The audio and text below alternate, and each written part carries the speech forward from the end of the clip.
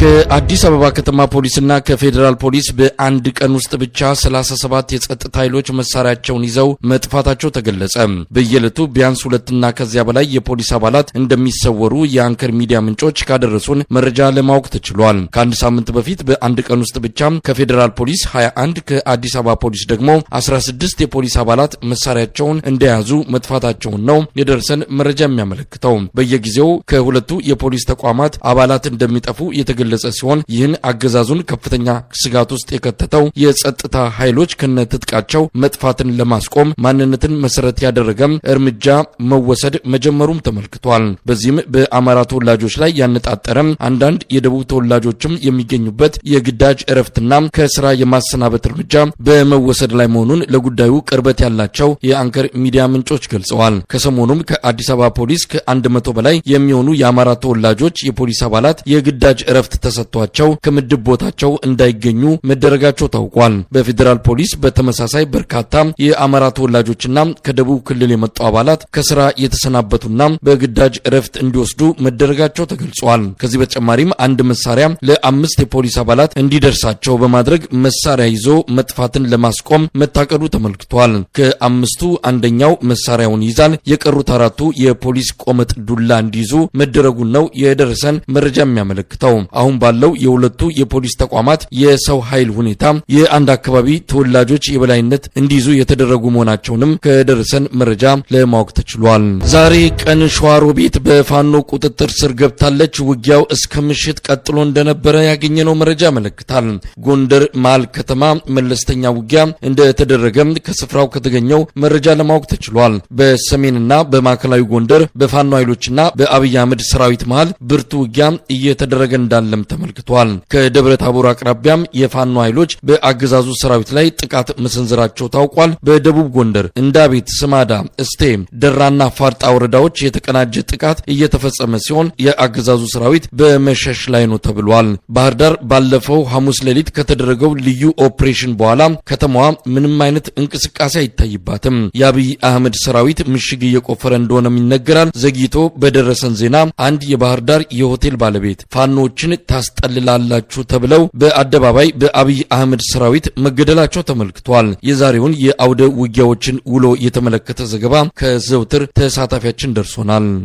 እንግዲህ በሸዋሮቢት የሰሜን ሸዋ ውጊያ በዋናነት ሴንተሩ ሸዋሮቢት ነው። የመከላከያ ሰራዊት ዋና ማዝዣ ጣቢያቱን ሸዋሮቢት አድርገው በርካታ ሰራዊት ከዛ እየተወረወረ በተለያየ አቅጣጫ ያጠቃ ነበረ።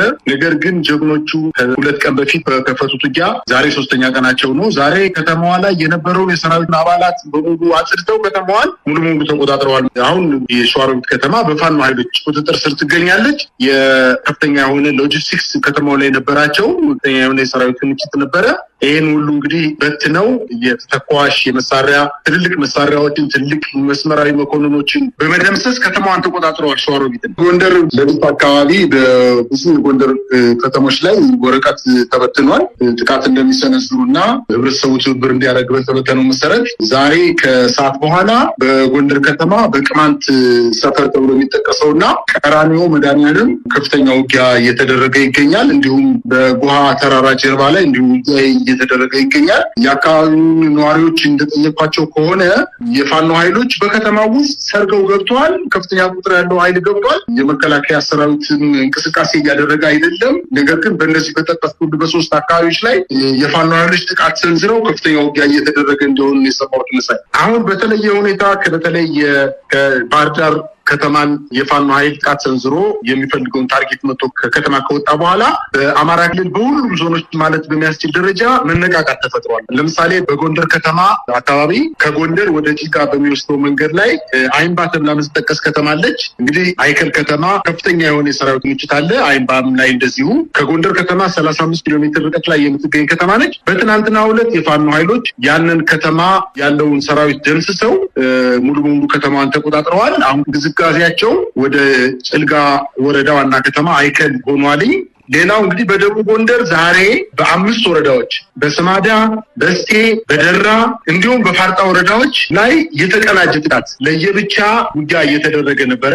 ለምሳሌ በክምር ድንጋይ፣ በወረታ፣ በጋሳይ ከተሞች ላይ እንዲሁ የደፈጣ ውጊያዎች እየተደረጉ የዞኑ የሚሊሻ ጽሕፈት ቤት ኃላፊ በጋሳይ ከተማ ላይ እንደተገደለ በአንተ ሚዲያ ተገልጿል።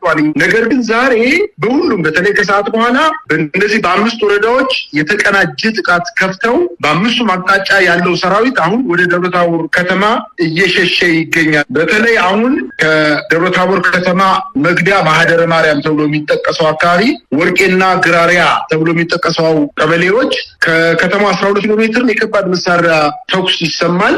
ወደ ደብረታቦር ከተማ እየተጠጋ ነው። ይህ የሚያሳየን በወታደራዊ ቋንቋ የሚያሳየን የመከላከያ ሰራዊቱ ወይንም ያገዛዙ ጦር ወደ ደብረታቦር ከተማ እያፈገፈገ እንደሆነ ነው የሚያሳየው። ከባድ መሳሪያዎች ይተኮሳሉ። ወርቄና ግራሪያ ቀበሌዎች ላይ አሁን በዚህ ሰዓት ትንቅንቅ እየተደረገ በማዕከላዊና ሰሜን ጎንደር እንዲሁም በደቡብ ጎንደር በእነዚህ በሶስትና ምዕራብ ጎንደር በሚባሉ ከመተማ ጀምሮ በደባርቅ፣ በዳባት፣ በጎንደር ከተማ እንዲሁም በማዕከላዊ ጎንደር በደንቢያ፣ በጨዋሂት፣ በቆላድባ፣ በሻውራ እንዲሁም በደቡብ ጎንደር በተለያዩ ወረዳዎች ላይ ዛሬ ሙሉ ሌሊቱ ወረቀት ተበትኖ አድሯል። የመከላከያ ሰራዊት አባላት በሰፈሩባቸው አካባቢዎች ጥቃት በሚሰነዘርበት ሰዓት ህብረተሰቡ ትብብር እንዲያደርግ፣ የቆሰሉትን እንዲያገል፣ የሞቱትን እንዲቀብር፣ ስንቅና ሎጂስቲክስ እንዲያቀብል፣ ልጆቻቸውን ከመከላከያ ሰራዊት አባላት ጋር ሁነው በልዩ ኃይል ስምና በአድማ ብተና ስም የስርዓቱን እያገለገሉ ያሉና የገዛ ህዝባቸውን እየወጉ ያሉ ሰዎች አርፈው እንዲቀመጡ የሚል ወረቀት በእያንዳንዷ የወረዳ ከተማ ተበትኗል። አጠቃላይ ጎንደር ተብሎ የሚጠቀሰው በሰሜን ጎንደር፣ ማዕከላዊ ጎንደር፣ ምዕራብ ጎንደር እና ደቡብ ጎንደር አካባቢዎች እና በሁሉም ወረዳዎች ወረቀት ተበትኗል። የወረቀቱን የበተነው የጎንደር እዝ ነው።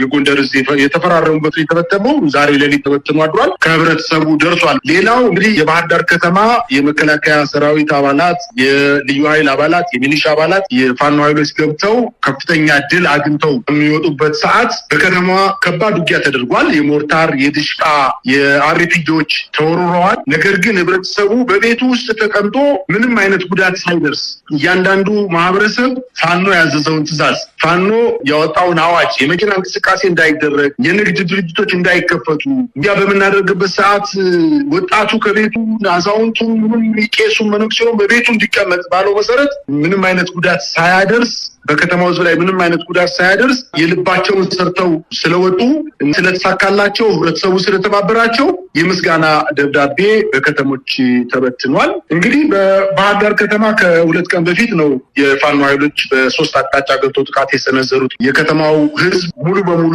ማለት በሚቻል ደረጃ ከቤቱ መውጣት አልቻለም። እንቅስቃሴ የለም። ከተማዋ ጸጥ ረጭ ብላለች። የንግድ ድርጅቶች፣ ሆቴሎች፣ ሱቆች፣ ትልልቅ አገልግሎት ሰጪ ተቋማት ሙሉ በሙሉ ቁመዋል። ባሶቹ በመናኸሪያም ይሁን በተለያየ ጎዳና ላይ ቁመው ነው ያሉት። የሰው እንቅስቃሴ ምናልባት ጎረቤት ላይ ዳቦ ለመግዛት፣ እንጀራ ለመግዛት፣ የዕለት ፍጆታዎችን ለመግዛት ካልሆነ በስተቀር ትልልቅ የአገልግሎት ሰጪ ተቋማት፣ ገበያዎች፣ ኦፕን ማርኬቶች ዝግ ናቸው እና መንግስት በጣም በከፍተኛ ሁኔታ ስለተጨነቀ የህብረተሰቡ እንቅስቃሴ የተገደበ መሆኑ ቤቶቻቸው ተሰጥቶ በመሰንበታቸው ስለተጨነቀ በዛሬው ዕለት አውቶቡሶችን በግዴታ ሚኒባሶችን በግዴታ አውጥቶ ሰው ሳይኖራቸው ከቦታ ቦታ በማንቀሳቀስ እንቅስቃሴ እየተደረገ ነው እና ሁሉ ለማስባል ከፍተኛ ርብርብ እያደረጉ ይገኛሉ። ነገር ግን በባሶች የሚሆኑ በሚኒባሶች አልፎ አልፎ በባጃጆች ላይ ምንም አይነት ከሹፌሮች ውጪ ምንም አይነት የሰው እንቅስቃሴ የለም። በዛው ልክ የፋኖ ኃይሎች ጥቃት ሰንዝረው ከወጡበት ቀን ጀምሮ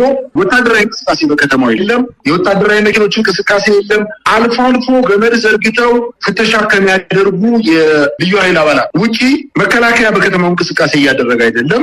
የአማራ ፋኖ በጎጃም በተለያዩ አውደ ውጊያዎች የአብይ አህመድ ሰራዊት ላይ ከፍተኛ ኪሳራ ማድረሱን አስታወቀም። በምዕራብ ጎጃም በፈረስ ቤትና ደንበጫን መሃል ለሰራዊቱ ቀለብ ይዞ ሲንቀሳቀስ በነበረ የአብይ አህመድ ጦር ላይ የደፈጣ ጥቃት በመፈጸም ቀለቡን ጨምሮ በርካታ የጦር መሳሪያዎችን መውሰዱን ከአማራ ፋኖ በጎጃም የህዝብ ግንኙነት ክፍል የደረሰን መረጃ ያመለክታል። በተለያዩ የጎጃም አካባቢዎች ውጊያዎች መደረጋቸውም ተገልጿል። በጎጃም ስላለው ወቅታዊ ሁኔታ የህዝብ ግንኙነት ክፍል ኃላፊውን ማርሸት ጻይን አነጋግሬዋለሁ። ዛሬ ጎጃም ውስጥ ሁለት ቦታ ላይ ከፍተኛ የማጥቃት እንቅስቃሴ አድርገናል። የመጀመሪያው ፈረስ ቤትና ደንበጫ መካከል የአማራ ፋኖ በጎጃም ደጋዳሞት ብርጌድ ባለበት ቀጠና አካባቢ ከፈረስ ቤትና ደንበጫ መካከል ከደንበጫ ተነስቶ ሬሽን ለማቀበል ወደ ፈረስ ቤት ሲጓዝ የነበረ የጠላት ኃይል በደፈጣ ጥቃት ከጠዋት 1 ሰዓት አካባቢ ከፍተኛ ጥቃት ደርሶበት ነበረ።